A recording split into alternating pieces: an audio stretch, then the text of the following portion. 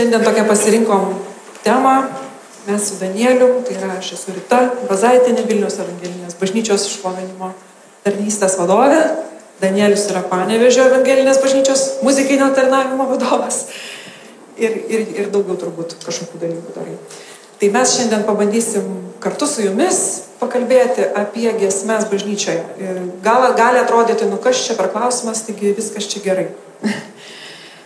Bet mums pasirodė svarbu, kad visa bažnyčia žinotų, kodėl mes giedame ir ką mes giedame, kam to reikia ir kaip neturėtų būti arba turėtų būti, galėtų būti ir taip toliau ir panašiai. Manau, kad gal jums kyla kažkokiu tai klausimu, todėl Danielius savo pasakys, kaip jūs užduoti. Taip, tai... Aš gal pamiršau. Pirmiau aš gal pakviesiu diskusijos dalyvius. Nes ne dviese čia kalbėsimės. Mes pasikviesime mūsų Vilniaus bažnyčios pastorių Darių čia scenos, taip pat Ramūną iš Panevėžio pastorių ir taip pat Dainių Dargį iš Kauno šlovinimo vadovą ir Džiugą Širvį iš Vilniaus evangelinės bažnyčios. Tai jūs čia įsitaisykite. Dabar tau žodis. Tai sveiki visi, kaip Rita pristatė, mano vardas Danielius ir jūs turėsit galimybę užduoti klausimus. Klausimus galima bus užduoti, pamatysit skaidrį ir tenais galit QR kodą skanuoti, galite vesti į slido tokį kodą. Prašykit klausimus, neprižadu, kad visus atsakysim, jeigu bus labai daug klausimų, bet bandysim atsakyti visus. Ir galite balsuoti už klausimus, bet tik tais į viršų kelti klausimus. Tai QR kodas arba paprastas kodas įsiveskite į slido.com ir galėsim turėti gerą diskusiją. Tai va. Mes atsisėsime ir paprašysiu gal pradėti Danielių. Jisai šiek tiek, mes abudu pristatysim šiek tiek pačią temą, su kokiais klausimais mes patys, kaip giedotojai susiduriam ir kokie bažnyčiai gali kilti klausimai. Taip, tai aš norėčiau pasidalinti šiek tiek apie šlovinimą, taip, ir iš toli, bet ir iš arti, tai mano mintis persipinusios su nemažai The Gospel Coalition, Desiring God autorių, asmeninių pokalbių, patirčių. Ir man patinka kalbėti apie įdomius dalykus, kai visiems yra aišku, apie ką mes kalbam. Tai visų pirma, reikia išsiaiškinti, ką reiškia tas žodis šlovinimas. Ką šitas žodis, ką šitas terminas reiškia. Nes mes dažniausiai naudojam apibūdinti tą liturgijos dalį, kai mes giedam giesmes bažnyčiai. Bet pats žodis, jis reiškia kur kas daugiau. Tai pirmame laiške Korintiečiams 10:31 rašoma taip. Todėl ar valgote, ar geriate, ar šiaip ką darote, visą darykite Dievo šloviai. Tai Dievo žodis mus moko viską daryti Dievo šloviai. Todėl kai valgom, net kai vairuojam, kai bendraujam, kai dirbam, visą mūsų gyvenimą turėtų šlovinti Dievą. Ir Apreiškimo 4:11 parašyta taip. Vertas esi, o Viešpatie, priimti šlovę, pagarbą ir jėgą, nes tu visą sutvėrei, tavo valia visa yra ir buvo sutverta. Tai mūsų Dievas vertas visos šlovės ir mes, kai įsižiūrime kūrinyje, kai įsižiūrime žmogų, kai įsižiūrime Kristaus auką, mes matom, jog Dievas ir nusipelnė visos galimos šlovės. Taigi, šlovinimas ta bendraja prasme, plačiaja prasme, tai yra mūsų nuostata, kaip mes gyvename, tai kokiu santykiu į Dievą aš gyvenu savo gyvenimą. Ir aš norėčiau perskaityti 150 psalmę. Ten rašoma taip. Girkite Viešpatį, girkite Dievo jo šventykloje, girkite jį dangaus tvirtumoje, girkite jį dėl jo galingų darbų, girkite jį dėl jo begalinės didybės, girkite jį pūsdami trimitą, girkite jį arfą ir psalteriu, girkite jį būgnais ir šokiais, girkite jį styginiais instrumentais ir vamsdeliais, girkite jį skambiais cimbolais, girkite jį trenksmingais cimbolais. Visa, kas kvėpuoja, tegiria Viešpatį, girkite Viešpatį. Taigi mes, kaip bažnyčia, mes kaip tikintieji esam pašaukti girti Viešpatį. Mes tai pašaukti daryti bažnyčios susirinkime, garbinti jį, nes visa, kas kvėpuoja, yra pašaukta jį garbinti. Ir gilinantis į tą siaurąją prasme, ką tas šlovinimas, ką reiškia, kai mes giedame bažnyčią, aš norėčiau pasidalinti 10 tokių principų. Greitai, nevarginsiu jūsų. Tai mano nuomonė, tai yra esminiai principai tiek šlovinimo komandoms reikalingi, tiek ir kiekvienam krikščioniui. Tai pirma, tai šlovė Dievui. Jau kalbėjom tikrai apie šitą dalyką, kad visą, ką mes darom, turėtų nešti šlovę Dievui. Todėl, jeigu mes susirinkam kaip bažnyčia kartu ir ta aktyvi šlovinimo dalis, tai natūralu, kad mes garinam tą, kuriam atitinka visa šlovė. Antra, tai yra esmė, yra Kristus Evangelija. Kristus gyvenimas, mirtis ir prisikėlimas tai kertinė žinia. Ir tuo pačiu tai kertinė šlovinimo dalis yra. Giedant giesmes turi šviesti ne muzikantai, o Kristus ir ta nuostabėjo žinia, kad per tikėjimą į Jėzų mes galime atrasti išgelbėjimą. Trečia, tai bibliškumas, tai kaip mūsų tikėjimo pagrindas yra Biblija, taip ir viskas, ką mes darom bažnyčioje, ar tai būtų maldos, pamokslai, ar tai būtų giesmės, tai turi būti bibliška. Ir iš esmės klausimas, ar tai, ką giedu, ar tai yra tiesa, ar tai aš atrasiu skaitydama savo Bibliją. Ketvirta, tai yra Dievo žmonių ugdymas, šlovinimas bendraja prasme, tai yra mūsų išraiška, mes taip gyvename, tai parodo, ką mes mąstome apie Dievą. Bet kai mes giedam bažnyčiai, kai su visa bendruomenė mes giedame, tai yra šiek tiek kitaip, nes tai yra išskirtinis giedojimas, nes tuomet žmonės yra ugdomi. Tai Biblijoje krikščionys yra mokomi, kad bažnyčios susirinkimas būtų suprantamas ir aiškus, nes taip tarnaujama žmonėms. Penktas, šiek tiek pavadinimas keistai skambės, bet aš jį paaiškinsiu. Įprastų Dievo veikimo būdų akcentavimas. Tai mes Dievo negalim sudėti dėžutę, mes negalim pasakyti, kad tik tais taip Dievas veikia, bet yra tam tikri būdai, kokiais Dievas veikia nuolatos. Tai per žodį, per maldą, per bendruomenę ir per sakramentus. Dievas veikia ir kitais būdais, tačiau tai nėra įprasta. Tai sapnus, vizijas ar kitus dar būdus mes galim pavadinti neįprastais. Labai natūralu tada, jeigu mes bažnyčioje garbinam Dievą, jeigu mes tarnaujam žmonėms, tai tas bažnyčios tarnavimas turėtų žmonėms akcentuoti tuos būdus, kuriais mes tikrai esame užtikrinti, kad Dievas nuolatos ir visados veikia. Toliau, bendruomeninis giedojimas, tai bažnyčia turėtų giedoti ir atitinkamai reikia parinkti muzikinį giesmių atlikimo stilių, giesmes, naudojimus instrumentus, ar rodom giesmių tekstą, ar nerodom. Svarbiausia, kad bažnyčia giedotų. Ir giesmių autorius Ričas Mulinsas sakė taip, sako, šiuolaikinio garbinimo, tai čia kalba apie šiuolaikinius profesionalius krikščionius muzikantus, sako, jų tikslas yra netarnauti, jų tikslas yra linksminti žmonės. Jeigu nori dvasinio sustiprinimo, eik į bažnyčią, nes šitiems žmonėms tu rūpi ir tau nereikės pirktis bilieto. Septinta, tai yra liturgiškumas. Ir čia gali sukelti alergiją šitas žodis, bet kiekviena bažnyčia turi tam tikrą tvarką, kaip vyksta pamaldos. Kiek giesmių mes giedam, kada meldžiamės, kiek mes meldžiamės, kada aukojam, kada ir kiek vyksta pamokslas. Ir nėra kažkokios auksinės formulės. Kiekviena bažnyčia ieško to tinkamo varianto, bet kai ieškom to tinkamo varianto, mes turim užtikrinti, kad visos šitos pamaldų dalis būtų prisotintos Kristaus ir kad būtų įsišaknyjusios į Bibliją. Toliau, mes esame evangelikai, tai evangeliškumas, tai mes galim drąsiai remtis į mūsų brolius ir sesės gyvenusius prieš mus. Nereikia išradinėti dviračių, kartais norisi, bet nereikia to daryti. Mes galim semtis iš gilios, prieš mus gyvenusių evangelikų patirties, giedant, meldžiantis ir taip pat dalyvaujant bendruomeninėme tarnavime. Maldingumas. Labai natūralu, kad malda yra svarbi krikščioniško gyvenimo dalis ir kaip mes jos daugiau mokysimės, kaip mes mokysimės melsti, jeigu mes to nedarysime, nepraktikuosime bendruomeniniam tarnavime. Tai šlovinimą bažnyčia turi lydėti malda. Ir galiausiai paskutinis principas, tai neblaškantis meistriškumas. Tai bendruomeniniam tarnavime susitelkti turėtume į Evangeliją ir į Kristų.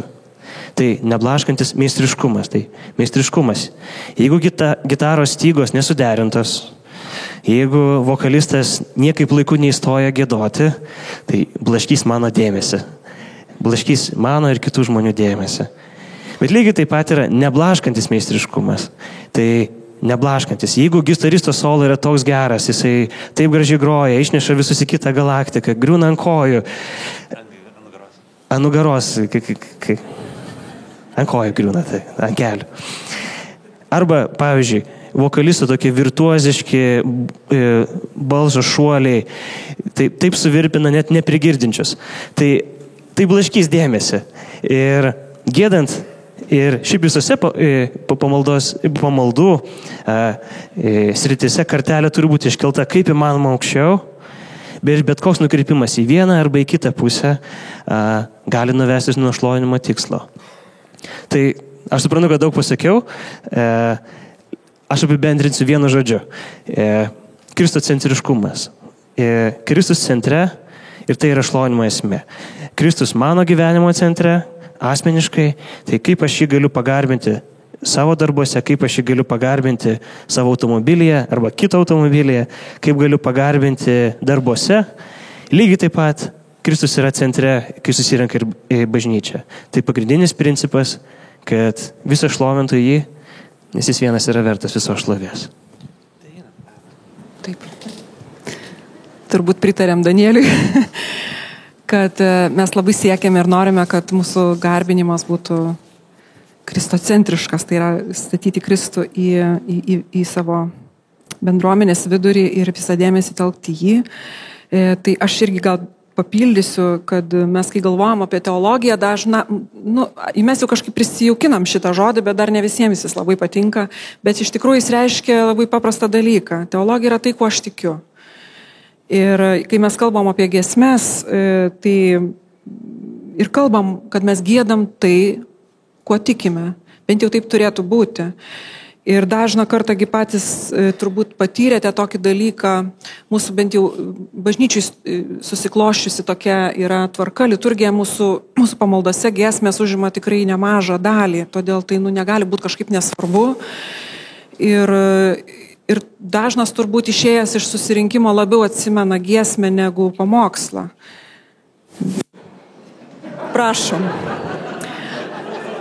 Taip, matai, žmogus taip surėdytas.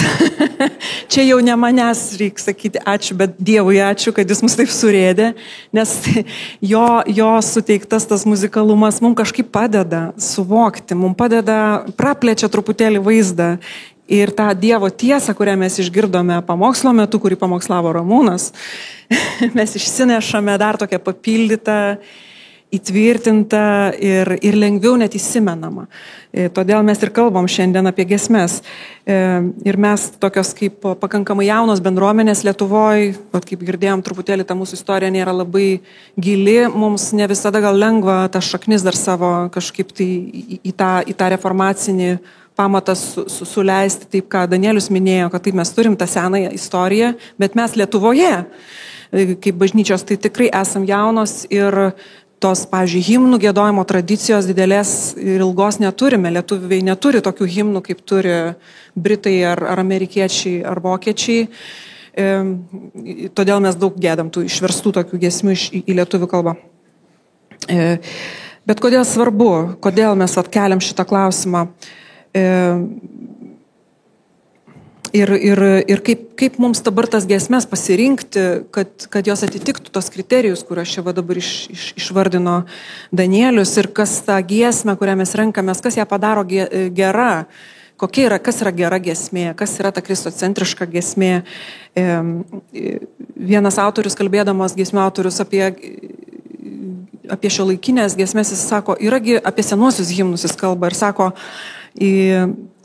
yra himnų, kurie skamba jau 100 ir daugiau metų ir kažin, kodėl mes jų nepamirštam, kas juos padarė tokius ilgaamžiškus, yra kažkokie dalykai. Ir jis išskiria keletą tokių dalykų, kad visų pirma tai yra, kad tos giesmės turi labai įvairias temas, nes Biblijoje nėra vien tik tai Dievas geras, aš tave myliu, aleliuja, amen. Ar ne? Mes apie Dievą galim pasakyti žymiai daugiau ir žymiai plačiau. Ir jeigu giesmė papasakoja mums daugiau apie Dievą, mes galim su tuo labai kažkaip susitapatinti ir tada atliepti į šitą tiesą, kurią mes išgiedame. Todėl svarbu yra turėti tų temų įvairių. Svarbu taip pat, kad giesmė turėtų tą minties gilumą. neapsiribotų vien tik tai, kaip minėjau, kažkokiu tokiu paviršutinišku, emocišku, galbūt savo kažkokių pasakymų, galbūt mes apsiribojam dažnai prie tokių kaip Viešpatie, kaip man tavęs reikia, kaip aš tavęs laukiu. Amen. Bet mums gal norėtųsi tą mintį į pačią giesmę įdėti kažkokią gilesnę, pamastyti apie Dievą giliau. Taip pat kalbos turtingumas yra vienas iš tų dalykų, kas himnus padaro tokiais išliekančiais. Ir taip pat melodijos paprastumas galbūt toksai, kad tai būtų sugiedama, sudainuojama. Mes kaip dabar per pertrauką su keletu žmonių mokinomės himnų ir kalbėjom apie tai, kaip yra paprasta, kai pradedi giedot ir melodija yra paprasta, labai lengva prie jos prisijungti. Patyrėte tai bažnyčioje. Yra giesmės, kur tau nuskamba net nežinoma giesmė, bet tu gali ją giedot, nes jinai labai pagauli ir atsikartojanti melodija, tai tas sudainuojamumas irgi daro giesmę gerą. Ir čia jau gal dar vieną dalyką norėčiau pabrėžti, kalbant apie svarbą, čia jau galbūt ir giesmių autorių, ir Danielius tą minėjo, kad yra tas aspektas ugdymo. Paulius laiške Kolosiečiams rašo apie Dievo žodį, jisai sako, Kristaus žodis tegul tarpsta jumise. Jisai kalba apie Dievo žodį, mes šiandien girdėjom, jis tegul tarpsta mumise. Jis sako, mokykite ir įspėkite vieni kitus visokiojopą išmintimi, su dėkinga širdimi, giedokite Viešpačiui psalmės, himnus ir palauk.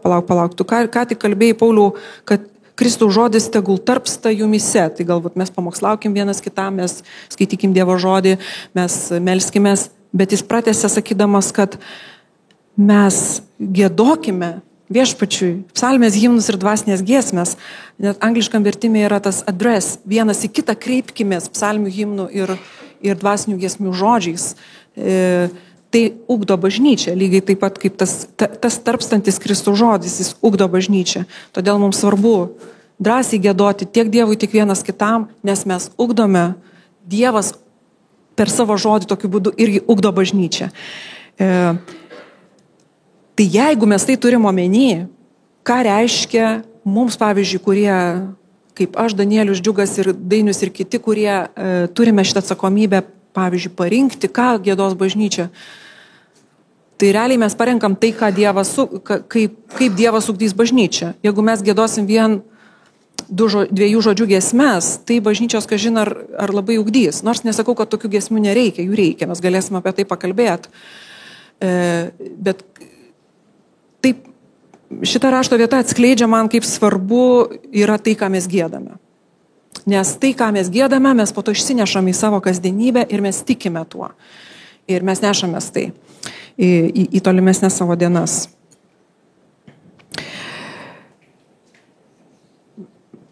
Panaši dar rašto vieta, aš pacituosiu, kadangi yra irgi apie tai, ir šiandien mes girdėjome pasakymą, būkite pilni dvasios, tas pats Paulius sako Efeziečiams.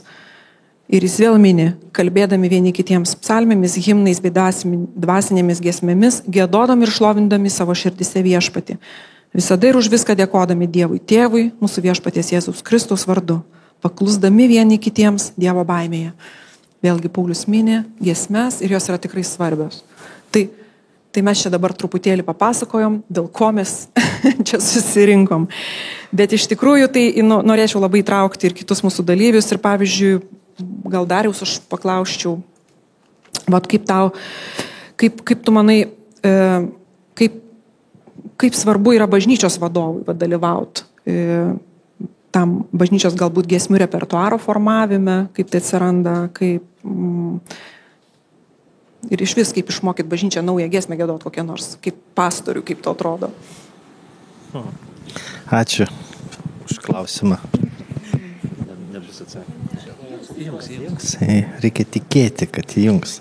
Tai aš tikiu. Aš gal norėčiau tokį labai mano požiūrių svarbų dalyką pasakyti, kuriuo mes draugė su Rita sutarėm, nes aš kaip pastorius atsakingas už tą žodžio tarnystę, už pamokslus ir Rita atsakinga už tą muzikinę tarnystę, ne? Ir mes sutarėm dėl šito ir paskutiniu metu galbūt pradėjom taip sąmoningai sutarti ir pradėjome vienas kitą apie tai daugiau informuoti arba sakyti taip tai ne tik įdomu, bet tai ir svarbu. Čia yra, aš manyčiau, tam tikros tradicijos pas mus iš kažkur užsilikusios, kad neretai mes į muzikinę arba tą muzikinę dalį, giesmių giedojimo dalį žiūrim kaip į tokią, emocinį, ne tokią treniruotę, ne, kad mus sujaudintų, mes kažkaip tai gerai pasijaustumėm, nusiramintumėm, tiesiog įeitumėm į tokią dvasią, ne, taip yra tokia pas mus tradicija. Bet iš tikrųjų giesmės, ką jos turi žodį. Žodis yra skelbiamas per giesmes. Žodis skelbiamas tada ir per pamokslą. Tai iš esmės tai yra žodžio tarnystė, kuri naudoja instrumentą, muziką, Dievo dovaną. Ir kaip jūs žinote ir dėja, ką tenka sužinoti ir man dažnai, kad žmonės, kurie ateina į bažnyčią, sako, kokios nuostabios giesmės. Nesako, kokie nuostabus pamokslai, bet dažniausiai sako, bet jau tos giesmės. Tai mes suprantame, kokią stiprią galę turi muzika ir kągi jinai neša. Ir mes žinom, kad su muzika galime atnešti labai skirtingas žinias. Ir geras žinias arba netokias geras. Tai mes žiūrim į tą tokį vientisą dalyką. Todėl aš stengiuosi patvirtinti ir padrasinti, kad ta giesmių giedojimo dalis yra žodžio dalis. Mes esame bendradarbiai, skelbiant ir įtvirtinant Evangeliją. Taip. Tai sutinkis. Tai čia neinant į detalės, tai kur mes stovim, kaip Liuteris sakė, čia aš stoviu, tai šitas pokytis, aš sakyčiau, mumise jau vyksta ir mes norime dėl to šito pokalbio ir dalintis. Nežiūrėkime į giesmes kaip į kažką tokio, paruošiamojo, kas yra mažiau reikšminga, svarbu. Ne. Gerai yra pasakyta, sako, jeigu tu nori sužinoti, kuo tiki bažnyčia, kokia yra jos teologija, klausyk giesmių žodžių. Ir tu sužinosi, ką iš tikrųjų tiki bažnyčia, nes bažnyčia dažniausia tiki tai, ką gieda. Ir tai norėjau tiesiog šitą akcentuoti, kad tai būtų toks, galbūt šioks toks pasikoregavimas, ne? Ir Dievo žodžio šviesoje suprasti, kad mes nežaidžiam tokio, čia paruošiamojo darbo, kuris po to ateina per pamokslą. Be abejo, pamokslas svarbus, mes tai gerbiam, taip toliau, bet giesmės ir giedojimas bažnyčioje yra žodžio skelbimas.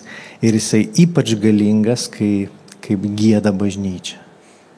Tai čia gal mes dar prieisim prie šito klausimo, kai gieda visi žmonės. Ir iš tikrųjų žodis tarpsta tada, kai visa bažnyčia skaito Bibliją. Tai kol kas užteks. Ačiū. Ačiū. Gal Ramūnas galėtų irgi pasvarstyti, ką nors, kaip ir pačiam atrodo, kaip kokiom gairiam turėtų vadovauti šlovintojai, tie giedotojai bažnyčioje, parinkdami giesmes. Ir kaip gal vis tiek labiau su jaunai žmonėm dirbant, kas patrauktų jaunus žmonės prie biblinių tiesų, galbūt giedant. Jo, aš nežinau, čia ar pasakysiu kažką labai tokio originalaus ir naujo, aš pritariu tom išsakytom ir tavo, ir Dariaus mintim. Aš galvoju, kad giesmės labai, labai stiprus instrumentas, nes mes jas įsimenam, kaip ir dainos žodžius, tiesiog psichologiškai mums lengviau išmokti tekstą, nes jis turi melodiją, pagavą, biški poetinę išraišką ir mes jas įsimenam tiesiog. Prisiminkite tą momentą, kai, tarkim, važiuojat kažkokią transporto priemonę, einant į parduotuvę ir kokią bjaurią pop dainą, kuri nepatinka, jums paleidžia kas nors. Jūs galvojat, jos neprisiminsiu niekad ir paskui tu negali visą dieną, tu prisimeni, niuniuoji ją. Ir negali išmušti iš galvos, turi klausyti kažkokią, išjungia mikrofoną, kažką netai pasakiau. Čia cenzūra yra. Tai sukritikau kažką dainą ne tą, bet aš nesakiau pavadinimo ir autoriaus. Tai yra pagava tam tikra ir tada mes turim labai būti sąmoningi, parinkdami tekstus ir taip toliau. Kai mes turėjom 12 giesmių lietuviškų pradžioje bažnyčios, tai tada buvo labai, nebuvo iš ko pasirinkti iš to katilo, ten tu tiesiog maišai ir taip toliau, viena iš 12, kai išmoksis 7 mažesnėse bendruomenės, 7 giesmės išmoksta šlovintojas, tai jisai iš tų 7 5 parenka ir visi gėda tas pačias giesmės, kol šlovintojas neišmoksta naujų. Tai taip, be abejo, čia labai svarbus momentas ir manau, kad čia reikia gal šiek tiek supratimo ir šlovintojam, nuolankumo gal šiek tiek permąstant, nes kai kurios giesmės mums yra pagavios, kai kurios giesmės mums labai yra, jos mums kažką asocijuojasi. Ir čia aš nežinau, gal čia nukrypsiu biškai kitą temą. Man labai būna įdomu, kai būni kokiam renginį, ypatingai ILF, tas, kur mes važiuojame, Alfa vadinama Europos lyderių konferencija ir suvažiuoja daug žmonių ir ten skirtingos kartos, dabar buvo virš 800 dalyvių, pakankamai didelė grupė žmonių ir tada labai įdomi būna reakcija, kai gėda himnus, senus himnus, pavyzdžiui, gėda senesnė karta žmonių ir ten amerikiečiai gėda, kelia rankas, jie moka tos žodžius, ten giesmės, bet nesibaigiančios. Gėda, kitas skaidrė, nesibaigia, jų trečdalį pagėdojo. Ir paskui gėda kažkokią tą šiuolaikiškesnę, tada matai, kad jaunesnė kartą įsijungia ir taip toliau. Tai šiek tiek ir emocijos mūsų įsitraukia, asocijuojasi, gal aš prisimenu savo atsivertimo laiką, gal savo ten jaunystę, kai aš tarnavau ir panašiai. Ir tada gal kartais ta tranzicija mūsų, ta peržiūra kažkurių giesmių, sakyt, ar šita giesmė tikrai mus ugdo. Ar šita giesmė tikrai mums naudinga, kad mes ją ten, kaip sakai, 2 žodžių, 5 žodžių giesmę kartotumėm 30 kartų, kol jau degonės nebeužtenka ir tada mes jau pasiekėm nirvaną ar kažkokį kitą nušvitimą. Gal mums jos nereikėtų gėdoti ar praktikuoti, gal ar rečiau ją reikėtų. Kartais mums gali sukelti tam tikrų jausmų, nes mes prisimenam, asocijuojam su kažkuo. Tai jo, aš manau, kad tas pokalbis, dialogas ir bendrystė, vienybė tarp šlovinimo grupės vadovo ir pastorius, aš manau, turi būti. Aš visiškai sutinku su tuo, kad bažnyčia, jos pamokslo žinia ir giesmių žinia yra ta pati, jin turėtų pastiprinti vieną kitą. Mes turim didelę bėdą, kad mes turim labai mažą bagažą tų giesmių, kad mes turim, vadinkim, arba mes kartojamės tada, nes tai irgi nebeveikia, kai neturim didelio kraičio giesmių. Tai bet aš visiškai sutinku su šituo dalyku. Bet tai yra iššūkis, manau, kad yra iššūkis, kad kartu taip pat mąstytumėm su šlovintojų grupe, kad visi pagriebtų tą žvilgsnį, tikėtų tuo pačiu. Ir paskui bendruomenė, kad tai perimtų, primtų, kad jie įsimintų gerus žodžius, gerus tekstus, kurie paguos tuo met, kai nebus vilties, kai liga ištiks, kai nelaimė bus, kai reikės iš tikrųjų gyvenime atsiremti į tikrą uolą ir Dievo žodis, kuris giesmėse yra, jisai primins, kalbės, drąsins, stiprins. Gal ir Dainiaus prašyčiau irgi pasvarstyti šiek tiek, pavyzdžiui, tą jaunąją kartą, kas šiuolaikinį jaunimą patrauktų gal prie muzikinio tarnavimo. Kas jiems patrauklu? Pas jūs ateina irgi Kaune naujų žmonių jaunų. Kas yra patrauklu, kas nepatrauklu, pavyzdžiui, jaunimui šlovinimo grupėje, pavyzdžiui, arba bažnyčioje. Tai aš galvoju, reiktų pažiūrėti mane veidrodį, kas šiuolaikinį jaunimą galėtų patraukti, bet čia juokauju, bet aš spėjau šitą klausimą paklausti vieno iš tikrųjų šiuolaikinio jaunimo, Vytauto, kas jį patraukia, kas gali patraukti. Paskui girdisi, viskas gerai. Ir iš tikrųjų, jis paminėjo tuos pačius dalykus, kuriuos aš žinau, ką reikėtų atsakyti tokį klausimą, ar ne, bet iš tikrųjų yra be abejo visą laiką tie 2 lygmenys. Vienas tai yra vertikalus, kitas horizontalus, mes to neišvengsim, nepabėgsim, bet kuo ilgiau aš tikėjimo kelioniai, tuo labiau suprantu, kad Dievas yra tas, kuris patraukia. Kas dar gali patraukti? Aišku, mes galim patraukti jauną žmogų įvairiais galbūt dalykais, bet ar bus gerai, ar tu paskui išlaikysi tais pačiais dalykais. Bet būtent tai, kad aš tikiu Dievo pažinimas, meilė Dievui ir troškimas tarnauti yra tas, kas patraukia ir kas turėtų patraukti. O tada jau kiti momentai, aišku, kokia ta komanda, kuo mes tikim, kiek rimtai mes tuo tikim, kiek mes patys suprantam, kaip svarbu tai, ką mes darom. Aš manau, kad jauną žmogų tai irgi liečia visų pirma, irgi, kad Dievo meilė, troškimas jam tarnauti ir toliau galbūt tas supratimas, kad tu gali atnešti tą pokytį, pasitarnauti Dievui, atnešti pagaliau Dievui šlovę, savo tarnystę ir svarba to supratimas, ką darai, iš tikrųjų yra, manau, šitie dalykai. Ramūnas, aš noriu kažką pridėti.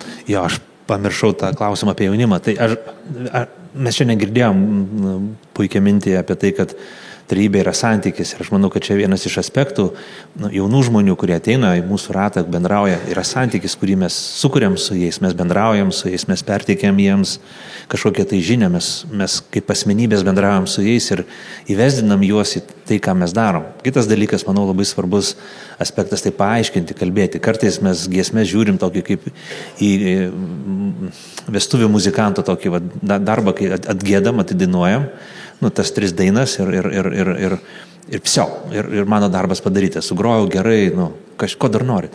Bet reikia paaiškinti šiek tiek, kodėl tai svarbu. Gabrielius mintis, kurią jis kartoja, pamokslininkas turi tikėti tuo, ką pamokslauja.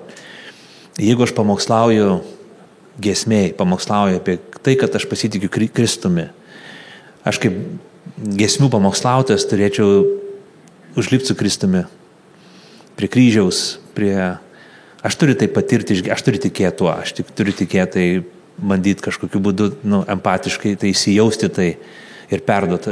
Ir tada paaiškinti žmonėm, klausykit, kai mes kviečiam išpažinti savo nuodėmes ar giesmėse, mes čia nekalbam tik tai tokių žodžių, nepadainuojam tik tai Salomėjos Nėries eilių, mes kalbam apie tai, kuo mes tikim, tai mano gyvenime yra.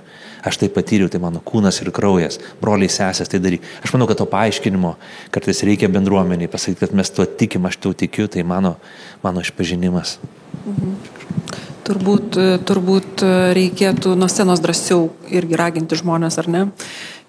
Prisijungti, paaiškinti, kodėl mes kažkokius žodžius šituos ar kitus giedam, ką jie reiškia galų gale, nes kartais mes, jeigu čia taip pratęsiant mintį, turim labai tokio žargono ir iš įpratimo kitą kartą tariam žodį aleliuja, net nelabai žinodami, ką jie reiškia. Ir kitų žodžių yra. Galėsim dar apie tai pakalbėti, bet dar norėjau ir Džiugą pakalbinti, kad jau vis tiek čia esam visi, gal kaip jaunimo irgi toks prie technikos daugiau žmogus ir moki naudoti visokius efektus, sukuri čia mums visas šitas šviesas ir garsus. Bet ar tai padeda, ar trukdo? Ir kaip tai padeda arba trukdo? Pati scenos meno dalykai, pasakykim.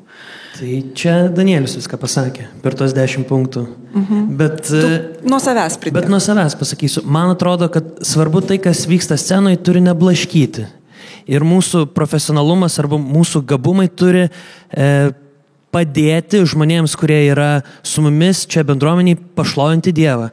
Jeigu aš nepataikysiu visiškai, tai tada žmogus nepataikysiu natas, kurias dainuoju, tada žmogus salėj, kuris turi šiokią tokią klausą, jam bus sunku giedoti, nes tiesiog nuolatos rėš ausį.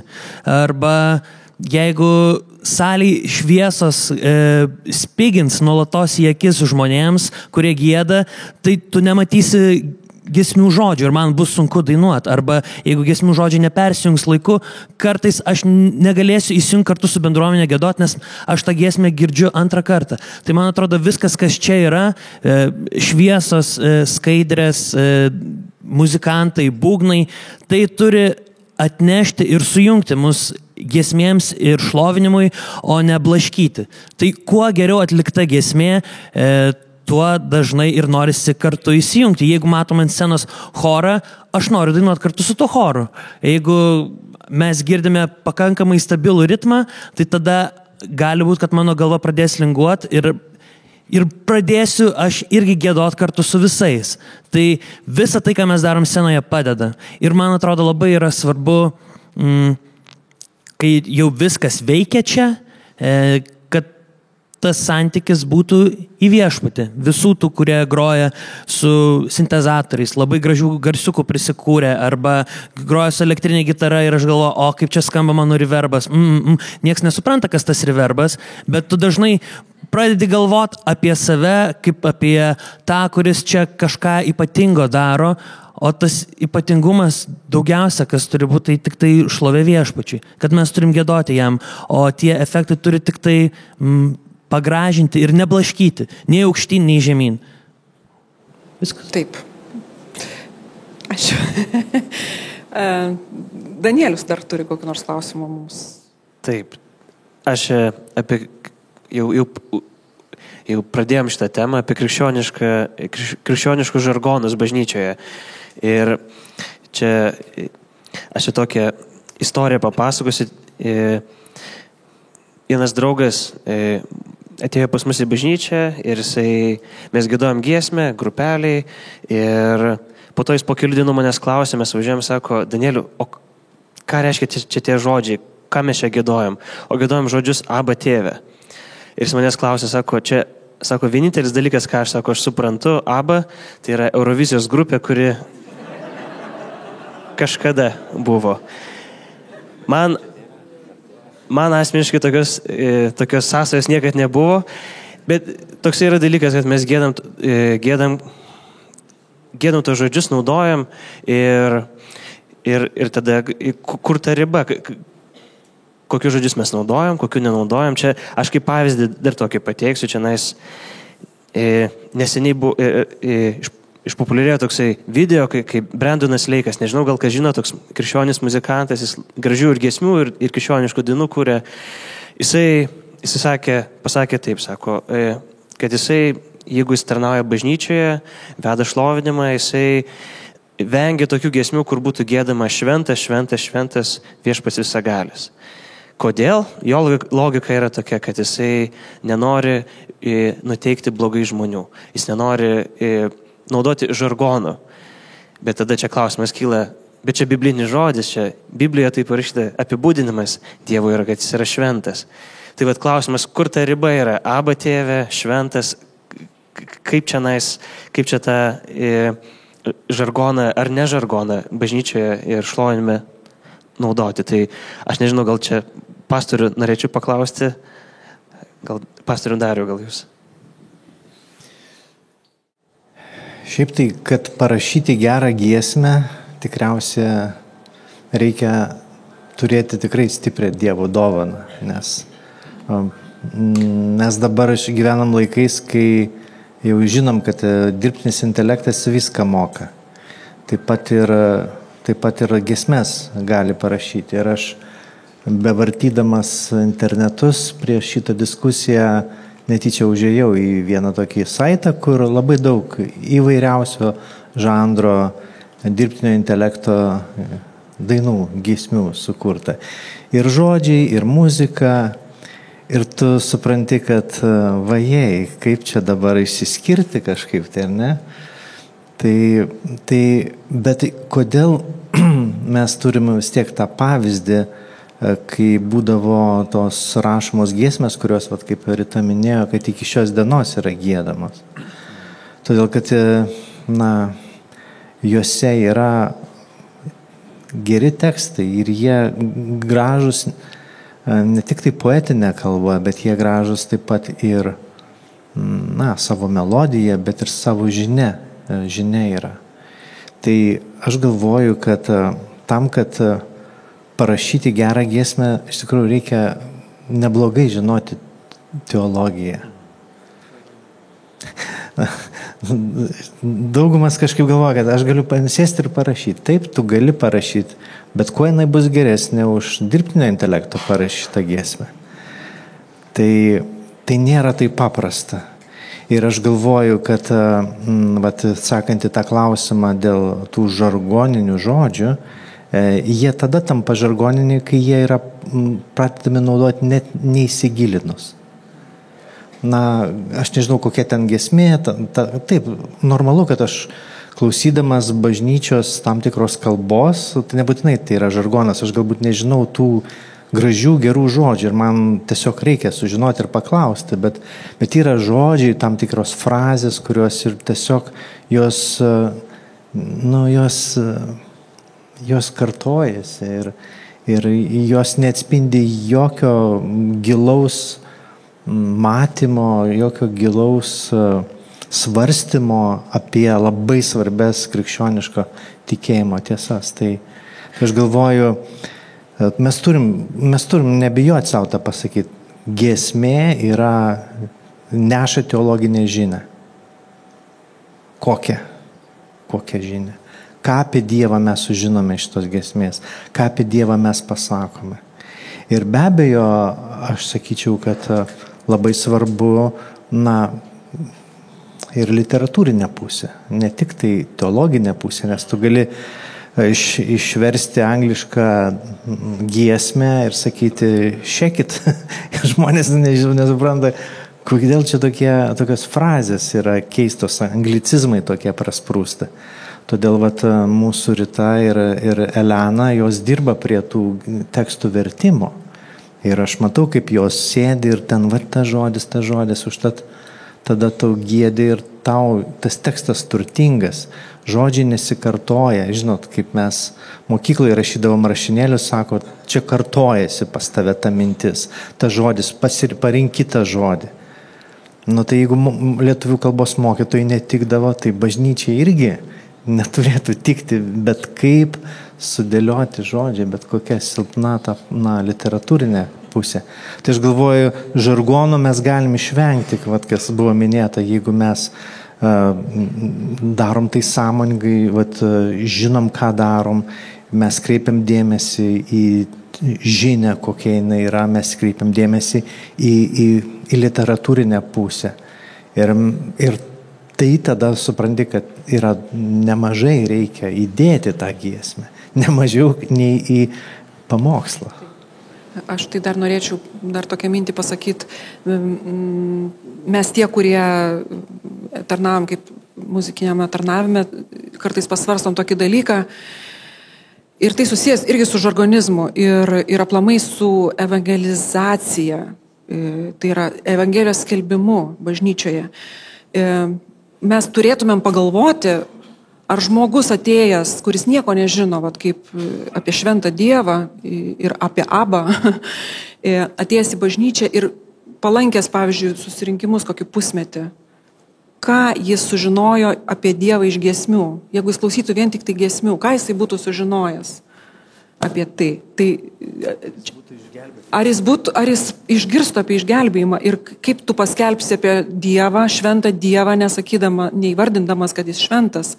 Tai čia reikėtų atsargiai su tais tokiais apsiribojimais. Čia panašiai kaip neįžeiskime dabar jau tą dženderizmo truputėlį kvepia man tą tokiu, kad kaip čia dabar ko nors neįžeis ir iš to didelio neįžeidimo tu nebepasakai tiesos. O tiesą mes, kaip Mindaugą girdėjome, mes turim girdėti, kad Dievas yra šventas ir mes stosim prieš teismą vieną dieną. Kartais, man atrodo, čia aš turiu pavyzdį tokį, kur kartais giesmė pati savo tekstu tą žargoną vadinamą paaiškina. Pavyzdžiui, yra giesmė tokia, čia tuškinė biški, yra jėga, Kristus kraujuje, yra jėga. Ir tik tai gėdi. Ir tada, kai žmogus yra atėjęs iš šalies, kokia jėga, čia Kristaus kraujas, tai čia jie geria tą kraują, ar kame yra tas jėga, kame yra ta jėga. Bet jeigu paimi himną klasikinį, kuriame giedama, kas gali nuplauti mano kaltes, niekas tik tai Jėzaus kraujas. Aš žinau, kad mano teisumas yra vien tik tai per Jėzaus kraują. Tada tu supranti, kad tai yra kraujas, tai yra auka, Jėzus auka, kuri mus atperka. Ir būna va tos dainos, kur sakai apie 5 žodžius, kartais jos ir neturi konteksto savyje. Tai tas literatūrinis dalykas irgi praplečia giesmę ir giesmė turėtų būti mažas pamoksliukas. Arba kai aš rašau šiaip dainas savo, bet man niekada dar kol kas nepavyko giesmės parašyti, nes sudėtinga, kadangi kai rašai dainą, dažniausiai stengiasi, kad dainoje būtų istorija, kažkoks naratyvas, nuo kažko pradedi, tema apie kažką. Tai tas pats turėtų būti ir giesmėje, kuri su vienu posmeliu užaugina į priedanį, su antru papasako dar daugiau, su trečiu dar praplečia kontekstą. Man atrodo, tada ta žargonas nėra toks baisus, nes jis turi daugiau aplink save. Dar keletą minčių, aš galvoju, man patinka Timothy Kelleris ir jisai kalba tokį dalyką, jis savo bendruomenį praktikavo tokią kultūrą, kad nenaudoti tokios pakilios religinės kalbos, broliai ir seserys, mes turime tokių išsireiškimų, gal mūsų bendri, gal yra kitokios pakilios kalbos, maldos, gal tokios su tokiais visokiais sparnelių pakelimais, bet ir jisai sako, bet kita vertus, kalbant apie šventą Dievą, mes negalim nenaudoti biblinių terminų ir žodžių, nes mes turim apie Dievą kalbėti bibliškai. Ir tada mūsų darbas, čia ne visai gal šlovintojų kontekste, yra naudotos terminus ir paaiškinti, ką jie reiškia. Kad mūsų darbas, čia vėlgi aš grįžtu prie tos pačios minties, kad mes turim įvesdinti tam tikrą terminologiją, mes neturim gėdytis tų žodžių, šventas, bet tada gal turėtumėm paaiškinti, ką tai reiškia. Tai ugdomasis aspektas. Ir dar vienas momentas, paminėjai tu apie tuos žmonės, kurie ateina iš gatvės, man atrodo, kad čia labai svarbus aspektas, kad žmonės, nes mes, žiūrėkit, į bendruomenę ateina žmonės. Ne mūsų bendruomenių žmonės. Lietuvoje biblinis raštingumas yra 0, totalus 0 yra. 0,01. Ir tada jiem reikia paaiškinimo žmonėm, ateinant reikia paaiškinimo. Kitas dalykas, mes jau galvojam, kad jeigu bažnyčios žmogus sėdi 10, 20, o jeigu 30 metų, tai jis jau sukepia su Biblija taip, kad jis ten viską supranta. Ne, Evangelija turi būti pamokslaujama kiekvieną sekmadienį. Ji turi būti skelbiama. Mes turim grįžti prie tam tikrų temų, kurios atrodo savaime suprantamos, bet mes pamirštam, mes pametam. Tokia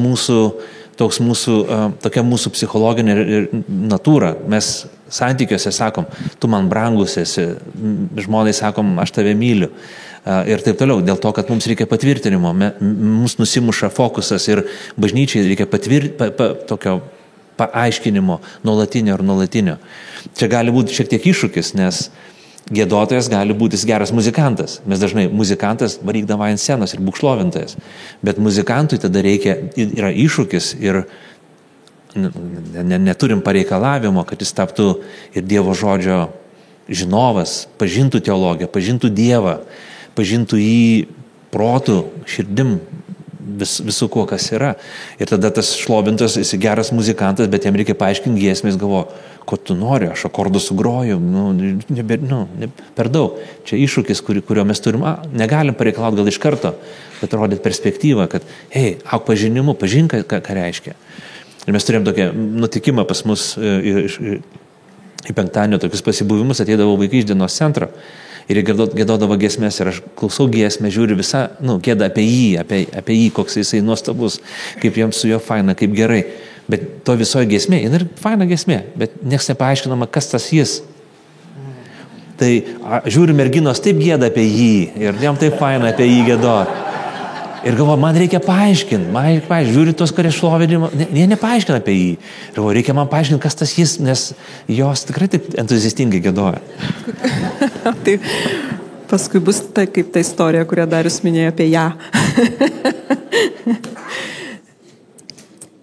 Manau, kad gal, aš nežinau, Danielių dar kažkokį klausimą turi, bet gal mes galim jų pažiūrėti ir ką žmonės užduoda. Mačiau daug gerų klausimų tenai. Ačiū visiems, kurie klausėte. Taip, tai aš gal pirmą klausimą Dainiui jums tada.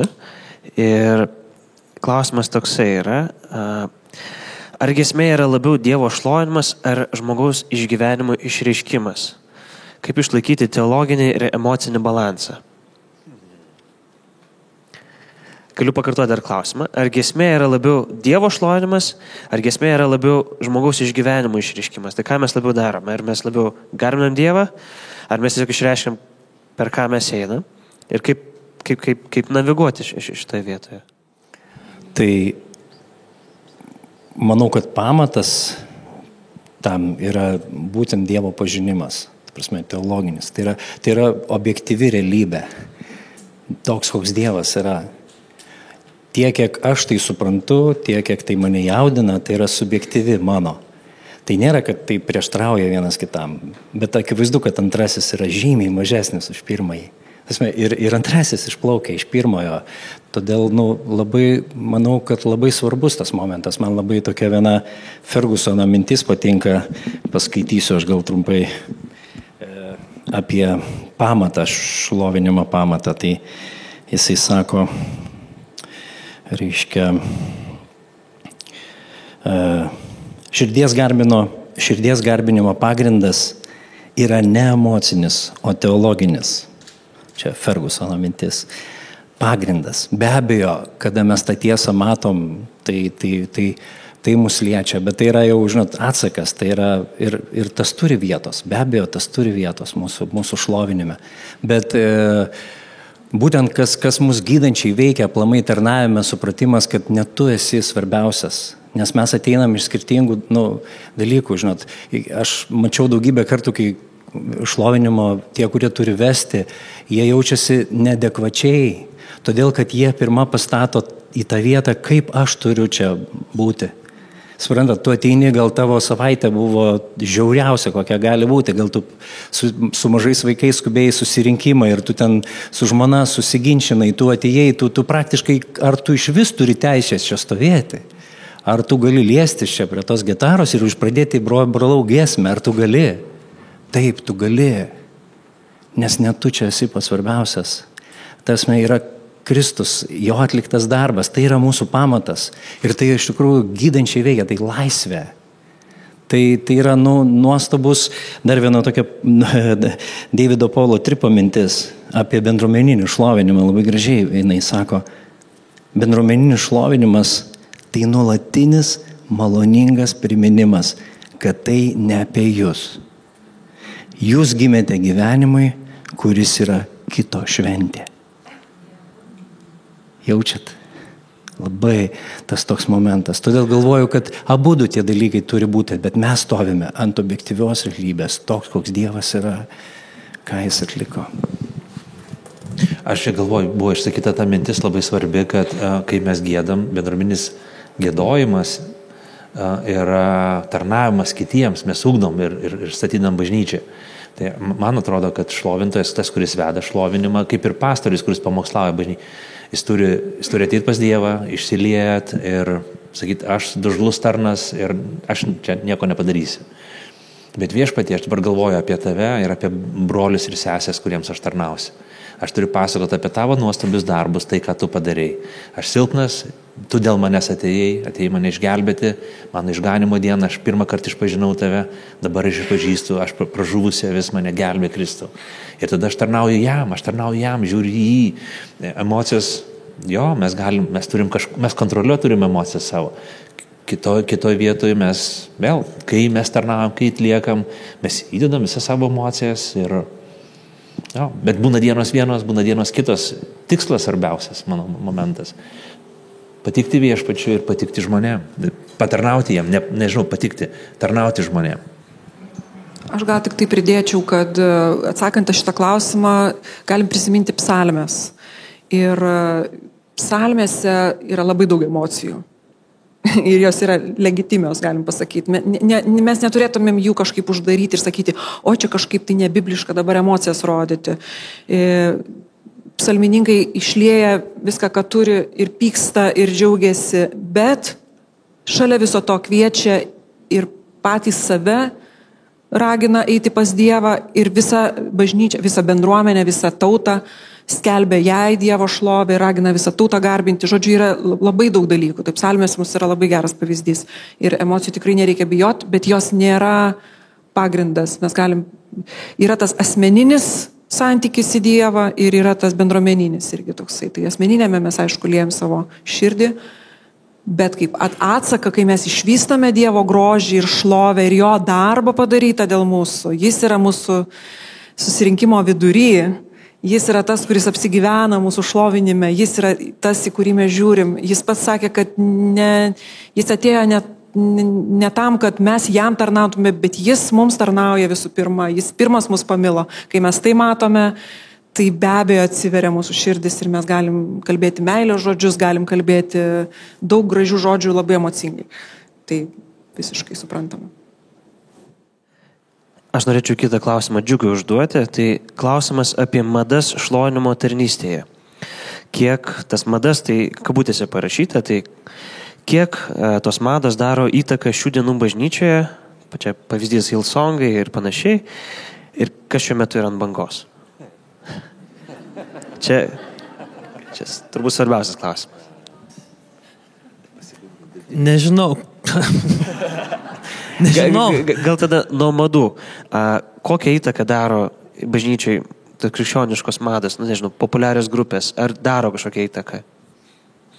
Tai ką mes klausom? Yra ta, sakykime, krikščioniška medija ir krikščioniškos giesmės ir yra jau susiformavęs tas skambesys vadinamų tų Hillsongų, Betelio, Elevation Worship, tų grupių, kurios techniškai labai stipriai ir labai kokybiškai produsuoja pačią muziką. Kaip ten su teologija yra, kitas klausimas, bet visos likusios, atrodo, tos evangelinės bažnyčios pasigavo skambesi to, būtent tų grupių, tų šlovinimo grupių. Tai aš matau pavojų, nes tada susiaurėja visas šlovinimo garbinimo šitas skambesys tik tai į tą skambesį, tai į tą Hillsongų Betelio Elevationo skambesį, kad turi būti elektrinės gitaros, turi būtinai būti būgnai, turi būti pačiam priekyje vienas pagrindinis atlikėjas su akustinė gitara ir čia yra jau geras šlovinimas. O ta šlovinimas, kuriame grojamas giesmės, atsiprašau už techninės detalės, ne 4/4, o 3/4, tai jau čia jau nebe tas, čia jau senovinė muzika. Daugelis himnų yra 3/4. Arba giesmės, kuriuose skamba triūbos, fleitos, saksofonas. Tokių instrumentų toj populiarioj krikščioniškoj muzikoj nelabai yra ir tada yra pavojus, kad, tai čia jau netoks jau geras tas šlovinimas.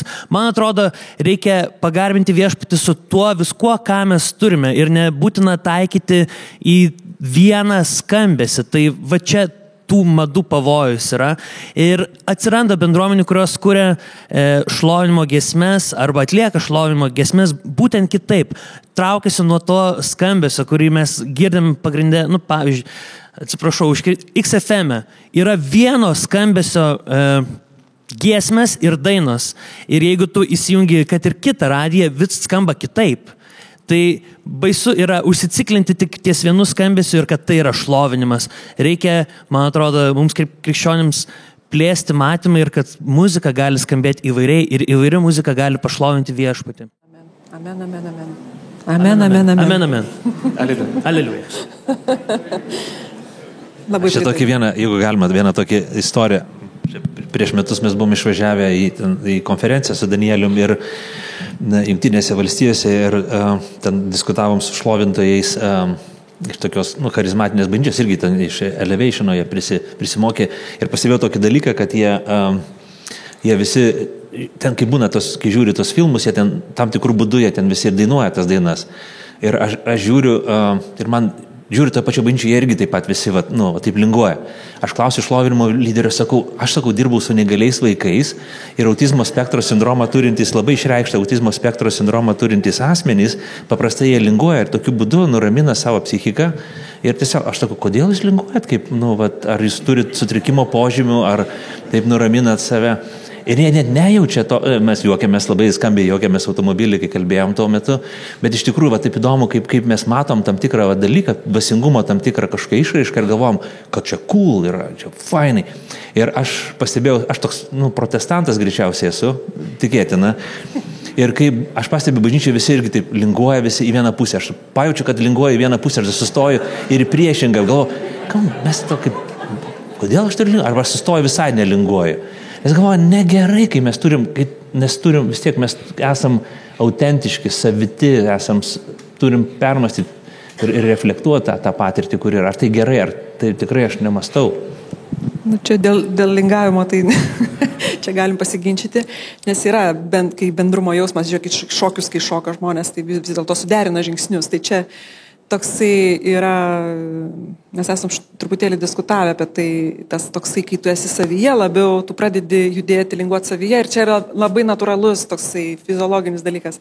Kitas dalykas, jeigu tu kažkam tai kalbi, tu nelinguosi. Tu jeigu labai aiškiai žinė, sakai kažkam, tai visi lingavimai baigėsi.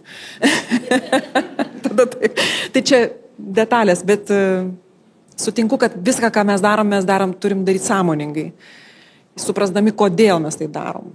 Ir kodėl mes ten, jeigu linguojam, tai bent jau žinokim, kodėl linguojam. Gerai, pastoriai Dariui, aš turiu klausimą, tai ar svarbu tikrintis giesmių šaltinius? Tai pavyzdžiui, kūrėjai, bažnyčios, judėjimai, kaip tos giesmės gimsta, tą backgroundą tikrinti giesmių? Taip. Puiku.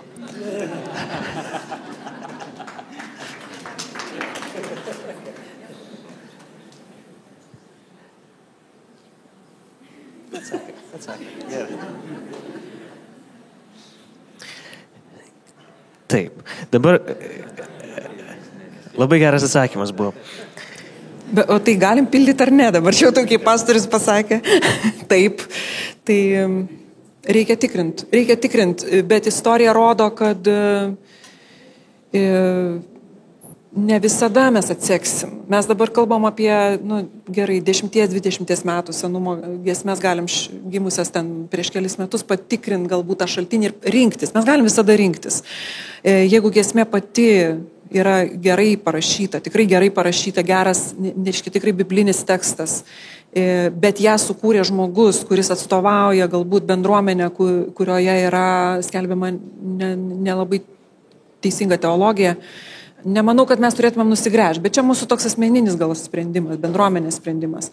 Nes, pavyzdžiui, yra netgi tų himnų, tų pačių senųjų himnų, ne visus gal mes giedam lietuviškai, kurie konkretus pavyzdys yra šita It is well with my soul. Mes lietuviškai jos negėdame, bet jos autorius, ten ištisai istorija, galbūt esat kažkas girdėję, kaip jis ją parašė, kaip prarado savo žmoną ir dukras nuskendo, reiškia, plaukiant laivu ir taip toliau.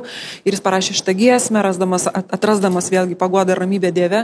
Bet vėliau jisai nuklydo nuo teisingos teologijos, nuėjo kažkokios erezijos keliu. Tai dabar mums giedot šitą himną ar negedot. Tai čia mes tada atsiduriam tokioj jau dilemoj. Tai aš manyčiau, reikia sverti pačią giesmę. Nors jeigu jinai yra, kita vertus, yra ir pavojus tas, kad žmonės, kai klausosi tų gerų giesmių, vis dėlto tada atsižvelgia į tai, kas toj bendruomeniai vyksta, nes tai yra labai patrauklu. Taip, mes čia kalbam vėlgi apie tą pačią, pavyzdžiui, Betelio bažnyčią, kur tikrai teologija nėra gera, bet jie savo muziką pasiekia labai daug pasaulio ir tada žmonės, norėdami sekti paskui juos, žiūri, ką jie pamokslauja, klausosi ir gali tiesiog pasiklysti šiek tiek. Yra ta pusė. Vis tiek ugdo bažnyčia ne tik tai giesmės. Yra pastorius, yra bendruomenė, yra grupelės, kur mes kalbam, aiškinam, diegiam. Ir manau, kad čia yra gerai sąmoningai. Va čia sveikintina šitą diskusiją, kad mes kalbame tiesiai, atvirai, ne kažkokiam užuominom, ne tik tai siauruose ratuose, nes tokiu būdu mes formuojam tam tikrą požiūrį, kad žmogus būtų sąmoningas, apmąstytų. Net jeigu jis klausys kažkokios giesmės, mes neturim jų uždaryti arba sudaryti sąrašų, kokių giesmių negalima klausyti. Gal jie pagavi muziką, melodiją, kiti dalykai, bet tada žmogus siek bus atidesnis tekstui, atidesnis turiniui ir ugdysis tas sąmoningumas žmogaus bažnyčios tikinčiojo, kad jisai turės tam tikrą, vadinkim, dėmesingumą šitam klausimui. Tai ugdo visa bažnyčia ir pastorius, pamokslai, pokalbiai ir taip toliau. Ir dar galim turėti omeny, kad Yra giesmės, kurias mes galim tiesiog mėgti patys giedoti jas Dievui ar klausytis jų, bet jos nebūtinai tinka giedoti bendruomeniai. Tai nieks nedraudžia mums klausytis, kokiu tik norim giesmių, bet visada reikia pasverti ir kas yra gerai, kas blogai ir kas gera laikytis. Nebūtinai ta giesmė, apie kurią mes ten galbūt ginčijamės, mes jos galim tiesiog nesirinkti giedoti kartu visi susirinkę. Čia aš girdėjęs apie šitos, ar reikia gilintis, ar į autorius ir panašiai. Tai vienos bažnyčios pavyzdys, jie paima giesmę, labai gerą giesmę, tik tais, kad ne visi autoriai yra geri pavyzdžiai, kaip krikščionis, kaip lyderiai. Tai tada toksai sprendimas buvo, kad tam tikrų autorių vardų ir pavardžių nerodys. Tiesiog bažnyčia. Tikslas yra tam, kad nesuklaidinti žmonių. Bet čia aš dabar bandau susijęti su kitu klausimu, kuris yra, kodėl dingo giesmių autorių vardai, kuriuos matydavome prie giesmių. Aš iš karto pasakysiu taip. Čia tikrai klausimas ne apie Panevėžį, nes mes niekad ir nerodėm tų vardų. Čia labai vilnietiškas klausimas ir aš galiu jį atsakyti. Taip. Tai aš dar pabaigsiu klausimą. Tai kodėl dingo giesmių autorių vardai, kuriuos matydavome prie giesmių, kiek svarbi autorystė, ar giesmių autoriai turėtų gauti honorarus už giesmių publikavimus? Giedojimus bažnyčiai. Už giedojimus bažnyčiai.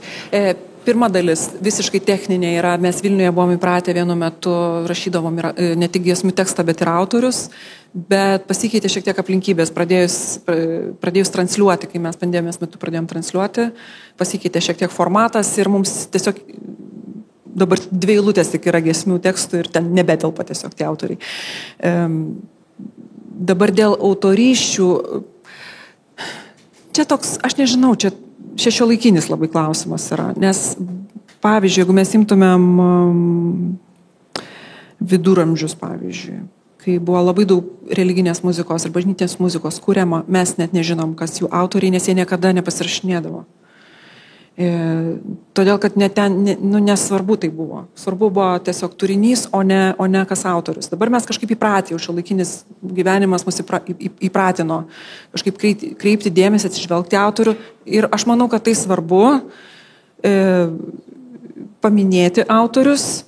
Ir dabar mes turim tas autorių gynimo visokias organizacijas, kurios tuom rūpinasi. Jeigu ta muzika yra giesmė šiuo atveju nėra atliekama viešai, tai yra nėra už tai gaunami pinigai, tai mums bažnyčioje, pavyzdžiui, mes atliekam, už tai nėra renkami jokie autoriniai atlyginimai. Bet jeigu mes tą muziką platinam ir už ją yra gaunami pinigai, tada yra jau skaičiuojami ir autoriniai. Arba Jo, aš čia galiu trumpai kai vyksta koncertas, aš susibilietuoju, žmonės susimoka už bilietus kažkokią sumą, sukrenta man visi tie pinigai ir aš kaip organizatorius turiu 8% nuo to viso honoraro atiduoti Lietuvos autorių teisių gynimo asociacijai. Ir nebūtinai 8, čia priklauso dar nuo sąlygų. Jo, ir tada ta asociacija perveda tiems autoriams. Tai mes čia nebilietuojam, jūs niekas nesusimokėtų už bilietą. Tai ir bažnyčia nėra koncertų salė. Tai čia toks techniškumas, kodėl ne. Bet galima susirinkti autoriams kažkokį užmokestį, jeigu aš papublikuoju tą dainą viešai per pasiklausimo platformas, per YouTube ir tenai gali kapsėti už autorinės teisės tie pinigai dėl autorių. Taip, tai čia tokie juridiniai dalykai. Bet smagus. Ir autorių teisų, taip. Gerai, čia yra toks populiarus klausimas. Aš asmeniškai jo iki galo nesuprantu, bet galbūt kartu galėsim išsiaiškinti. Atrodo, kad giedojimo, kalbėjimo kalbomis ir kitų dovanų, kaip pranašavimo, kalbų aiškinimo sumažėjo. Kodėl taip yra? Ir aš nesuprantu šitos dalies, kad giedojimo sumažėjo, nes man atrodo, kad kaip tik jo daug yra ir daugiau yra. Giedojimo kitomis kalbomis turiu omeny. Gal čia tai. Turbūt šitas klausimas. Čia 2 yra klausimai, kokia vieta bažnyčioje būtų giedojimas kalbomis? Galiu aš pabandyti atsakyti, kaip aš įsivaizduoju. Aš tai remčiausi turbūt Pauliaus žodžiais, kuris jisai kalba korintiečiams apie kalbas. Ir kalba, kad jisai pats kalba kalbomis ir ragina kitus kalbėti, bet sako, kai susirenkame kartu, Tai tas reikia jau pasverti, ką dabar tas, jeigu aš kalbu Dievui tik jam suprantamus žodžius, kokia nauda bažnyčiai. Tai čia turbūt apie tai reikia svarstyti. Kokia nauda bažnyčiai. Jeigu mes susirinkom giedoti kartu ir tas giedojimas ugdo bažnyčią, tai ar ugdys bažnyčia giedojimas kalbomis? Aš gėdu kalbomis, gėdu kai viena gėdu, bet bažnyčioje aš kažkaip jau, anksčiau mes turėjom tokį įprotį, bet jisai gal buvo labiau susietas su, kaip čia dabar teisingiau pasakyti, tokiu plaukimu dvasioje, į kurį mes buvom įsikibę galbūt į kaip tu panašiai sakei, kad į kažkokį skambesį, į kažkokį įprotį. Bet kažkaip tai einant laiku matant, kad tai vis dėlto bažnyčios neugdom, kažkaip natūraliai tai pradėjo mažėti bažnyčioje. Tai nėra uždrausta, bet bendruomeninėme giedojime, kažkaip tai natūraliai tarsi nebeteko savo vietos, nes tai daugiau skirta, nebent, kaip Paulius sako, yra aiškintojas. Tai jeigu tikrai kažkas tai turėtų šitą dovaną kalbėti kalbomis ir atsirastų, kas ją aiškina, tai turėtumėm pasverti ir neuždaryti dvasiai durų, bet nežinau, mūsų praktikoje kažkaip dar nelabai pasitaikė, tai gal kitos bažnyčios galėtų paliudyti, ką nors tokiu atveju. Tai nežinau, ar paaiškinau. Aš tada kitą klausimą turiu, tai dėl ko šlovintai ir visi instrumentalistai yra salės priekyje prieš visus? Įdomus klausimas. Pastoriau dar, jeigu galite. Jo, aš galbūt nuo toliau truputėlį pradėčiau.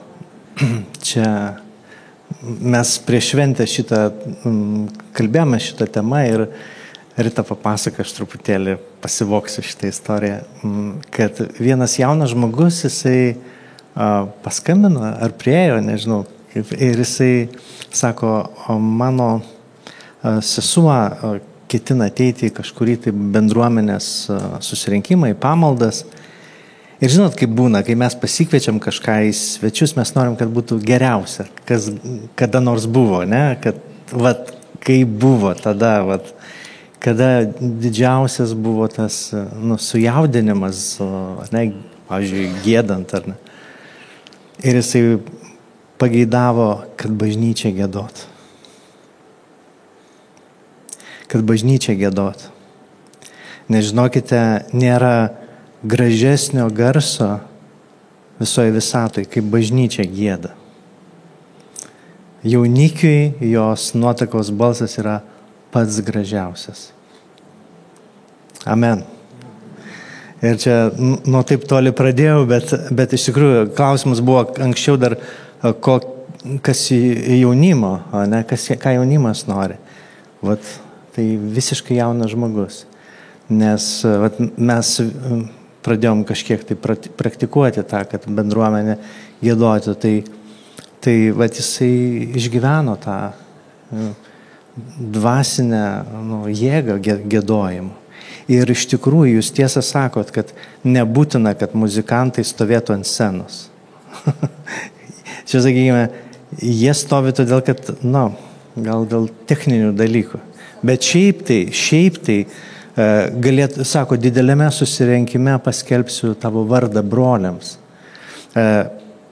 Principas yra, iš tikrųjų, aš tuo įsitikinęs, tai Biblija, Naujas testamentas tai moko, kad tiek pamokslavimas, tiek giedojimas yra vienam lygiai, ant vienų grindų. Dvasiškai, jeigu kalbant. Tai reiškia, kad pamokslininkas, kuris kalba, jis irgi nekalba iš viršaus. Jis neturi taip daryti. Jis sako, broliai, sesės, štai ką mums kalba Dievo žodis, štai ką man kalba Dievo žodis, ką jis kalba mums visiems, bet tai nėra balsas, iš manęs, per mane, iš dangaus. Sakykime taip, aš nesu kažkoks mediumas, bet Dievo žodis yra prieš kiekvieną iš mūsų. Lygiai taip pat su giedojimu. Mes visi dalyvaujame tame. Mes visi dalyvaujame Dievo žodžio skaitime ir klausime. Suprantate? Ir giedojame mes visi. Čia yra tam tikri teologiniai akcentai, persikelia ne pagal Naujojo testamento mokymą, kai galvojame, kad kažkas žino geriau. Ir žinot, todėl taip gaunasi, kad žmonės susirenka ir klauso kaip pakilėto kažkokio tai guru, kuris moko toj, ko tu negali žinoti. Ne, mes visi galim žinoti, mes turim raštą. Ir Dievas mums visiems šventąja dvasia liudija tiesą. Todėl tas išsikėlimas pamokslininkų arba kažkokių dvasinių lyderių, jis yra nebibliškas. Lygiai tas pats taikoma yra ir muzikiniam tarnavimui. Dvasioje neturi būti jokio tokio išsikėlimo. Todėl jeigu yra šita scena, Rita galėtų ir be scenos, nes jin yra aukšta, bet aš jau, mano plikė tik matytumėt.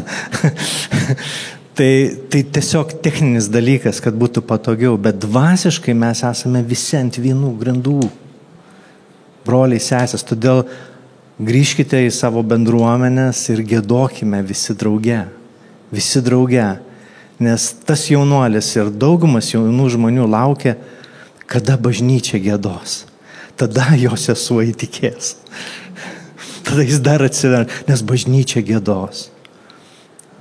Amen. Daug klausimų daugiau, matau, yra labai daug klausimų. Tai nežinau, Danieliau, parink dar kokį vieną. Mes galim žaibo raundą padaryti tokį, kad greitai užduosiu klausimą. Taip, ne, atsakymai bus. Tai pirmas klausimas, čia pats populiariausias, aš tiesiog bandžiau išlaikyti įtampą, kad lauktume. Iš esmės mes jau atsakėme šitą klausimą, bet pakartosim. Tai ar mūsų bažnyčiose reikėtų naudoti Betelio, Hillsongų ar kitų populiarių krikščioniškų muzikos grupių dainas? Jos pasižymi, šitas grupės pasižymi neįtin gera teologija, abejotina teologija ir viskas daugiausiai eina per emociją. Tai ar reikėtų naudoti tokias giesmes? Ar kas nors galėtumėte atsakyti? Trumpai gal neišeitų, bet aš sakyčiau, reikia atsirinkti, ne visai tiksliai pasakėjai, ne visos, ten yra labai gerų giesmių, bet bažnyčios teologija yra prasilenkia. Apie grupės. Todėl kai kuriuose giesmėse yra abejotinų dalykų ir tokių mes tiesiog, aš siūlyčiau nesirinkti. Bet jeigu giesmėje mes turėtumėm tiesiog labai pasvarstyti ir pasverti. Ir mes realybėje, tai mes giedame tikrai nemažai iš šitų grupių. Išpažinimą šiandien gieda. Ir tas pats išpažinimas ir daugiau. Dainiau, kodėl giedoji šitą giesmę? Kodėl aš giedojau, ne? Jūs liepėte. Šiaip raštas sako, viską ištirkite, kas gera laikykitės. Ar turėtumėm nebeskaityti 91 psalmės, kurią šėtonas citavo Jėzui jį gundydamas? Čia toks žiaurus paklausimas mano, bet aš manau, kad turim ištirti. Yra giesmių. Žinot, net ir sugedęs laikrodis 2 kartus per parą rodo gerą laiką. Be abejo, jeigu yra aplinka, kur labai daug siejama, domisi, kas ten tie kūrėjai, kas ten, galbūt tada, žinai, gal ir verta susilaikyti, bet iš principo, jeigu tekstas yra teisingas, biblinis ir manau, kad, bet čia mano tokia subjektyvi nuomonė. Gerai, atsakėm šitą klausimą. Tikiuosi, kad atsakėm. Šitą aš noriu atsakyti klausimą. Tai jeigu pats teisingiausias ortodoksinis tekstas yra uždėtas ant neskoningos muzikos, tai gali sugadinti muziką ir arba atvirkščiai gali paryškinti tekstą ir klausimas, ar muzika svarbi. Tai mes, Panevėžio evangelinėje bažnyčioje esam sušlovantys nustatę 3 kriterijus kiekvienai giesmei. Tai pirmas kriterijus yra bibliškumas, ar giesmė yra bibliška. Kiekvieną giesmę tikrinam, ar tikrai, ar nenusišneka to giesmėje. Antras yra grožis, tai giesmė turi graži būti. Tai jeigu jį turi kažkokį cinkelį, kažką tokio, kad pakabina ir malonu, ir melodija, ar kažkas, tai progrojimas yra gražus. Trečias yra atliekamumas. Ar mes sugebam, ar įmanoma bažnyčiai giedoti, nes kai kurios giesmės gražios, jis bibliškos, bet tenais tokios amplitudės yra balsams giedoti, kad neįmanoma giedoti tiesiog tokių giesmių. Tai jeigu giesmė atitinka visos 3, puikiai mes giedam šitą giesmę. Tai muzika labai svarbu yra, aš net dėčiau aukščiau net negu atliekamumas. Tai va. Gerai. Atsakiau į klausimą. Gerai, kad uždėjau.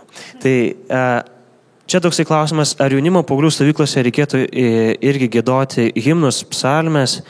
Dažnai jau ilgiau tikintis žmonės linksta prie gilesnių giesmių, nes turi gilesnį supratimą. Tai gal tada papildant klausimą, ar jaunuoliams reikėtų giedoti tos gilias, tos galingas teologinės giesmes. Ne, lietuvių liaudės dainas galima dainuoti.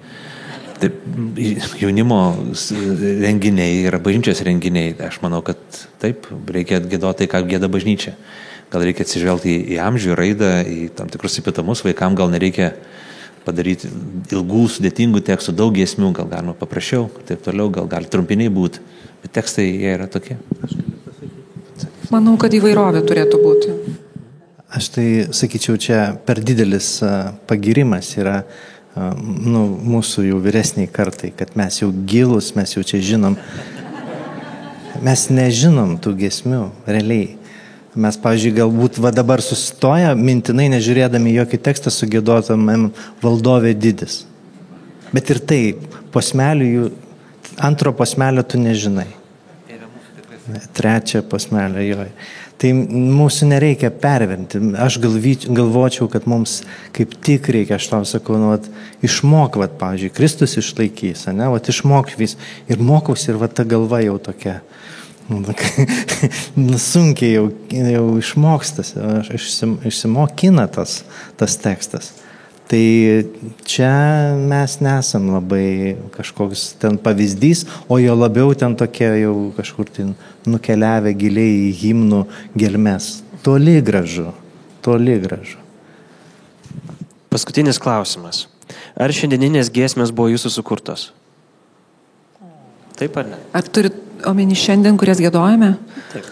Aš šiek tiek nuliūdau, pasižiūrėjusi mūsų giesmių sąrašą, kad nei vienos nėra lietuviškos. Iš mūsų šiandien giedamų giesmių, turime šitoje konferencijoje. Neišverstos iš anglų kalbos. Deja. Mes, aišku, turime daug lietuviškų giesmių, tokį amplūdį turėjom, kai gimė bažnyčia Lietuvoje, čia tas buvo atgimimas, tikrai turėjom daug rašančių autorių ir kai kurias mes tikrai dar giedam, ne visos jos yra labai jau tokios gilios, bet kai kurios tikrai tinka išreikšti tikėjimą ir meilę Dievui ir mes jas tikrai naudojam, kadangi šios konferencijos tas ir tikslas šiek tiek buvo atsižvelgti į pamokslų temą, suderinti su giesmėmis, mes norėjom tokios gilesnių tekstų, pasirinkom kurios dėja kol kas turim tais turiningais giliais tekstais tik išverstas iš anglų kalbos. Bet aš noriu pasakyti, kad tas išvertimas iš anglų kalbos jis nėra savaime suprantamas dalykas. Čia ne Google Translate išversta. Čia išvertė poetė Elena Kaminskienė, daugumą giesmių.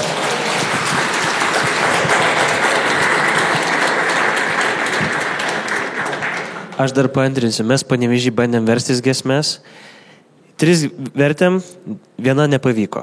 Mes išvertėm tą giesmę, atrodo viskas gerai mums skamba, mes jau išvertėm, tiek laiko sėdėjom ir tada pradėjom bažnyčią giedot ir tada prie tas, kas anglų kalbą išmano ir sako, ne, blogai. Tai mes tada bandėm ją vėl išverst, nepavyko. Ir tiesiog ne visą, kaip pavyksta išverst. Melskime gerų vertėjų, bet dar labiau melskime giesmių autorių, kad Dievas duotų mums šitų dovanų. Aš manau, mums reikia užbaigti jau dabar ir galėčiau aš užbaigti maldą. Viešpatie, šloviname tave ir dėkojame tau, kad esi mūsų viduryje. Ir kad šiandien mes galim šlovinti tave giesmę, kurią tu mums duodi. Tu duodi mums naują giesmę, įdedi mums į lūpas tą meilę tau giedoti, tą atsakymą, atliepimą į tavo mums parodytą meilę ir tavo išgelbėjimo darbą. Mes dėkojam tau už kiekvieną giesmę, kuri ateina iš dangaus, iš širdies, kuri atgimus ir šlovina tave. Mes meldžiam Viešpatie, kad tu duotum mums daugiau giesmių, kad lietuvių autoriai kurtų giesmes, kad mums pavyktų geras giesmes išversti iš kitų kalbų, Viešpatie. Dėkojam tau ir meldžiam už kiekvieną bendruomenę, kad joje klestėtų ir tarptų tavo žodis giedamas giesmėje. Ir tavo vardas būtų išaukštinamas. Mūsų Viešpatie, mūsų Tėve danguje, mūsų Viešpatie Jėzų, šventoji dvasia. Amen. Labai ačiū visiems už kantrų klausimąsi, už gerus klausimus. Giedokime ir šlovinkime Dievą mūsų bažnyčiose. Sudie.